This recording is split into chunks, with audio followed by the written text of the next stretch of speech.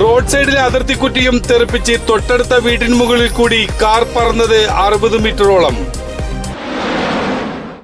മലപ്പുറം കാരക്കുന്നിലാണ് നിയന്ത്രണം വിട്ട കാർ 60 മീറ്ററോളം വീടിന്റെ മുകളിൽ കൂടി പറന്ന് താഴ്ചയിലേക്ക് വീഴുകയായിരുന്നു.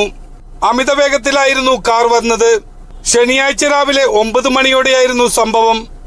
കാരക്കുന്ന് 34-ൽ വെച്ച് നിയന്ത്രണം വിട്ട കാർ റോഡ് സൈഡിൽ നിർമ്മിച്ച അതിർത്തിക്കുറ്റി തെറിപ്പിച്ച് തൊട്ടടുത്തുള്ള വീടിന് മുകളിൽ കൂടി 60 മീറ്ററോളം പറന്നു മറിയുകയായിരുന്നു. എടവണ്ണ ഭാഗത്തു നിന്നും വന്ന കാറാണ് കാരക്കുന്ന് 34-ലെ സലഫി മസ്ജിദിന് സമീപം അപകടത്തിൽപ്പെട്ടത്. അപകടത്തിൽ കാർ ഡ്രൈവർക്ക് പരിക്കേറ്റു. അപകടത്തിൽ ഡ്രൈവറായ മമ്പാട് സ്വദേശി അത്ഭുതകരമായി രക്ഷപ്പെട്ടു. പരിക്കേറ്റ ഡ്രൈവറെ സ്വകാര്യ ആശുപത്രിയിൽ പ്രവേശിപ്പിച്ചിരിക്കുകയാണ്.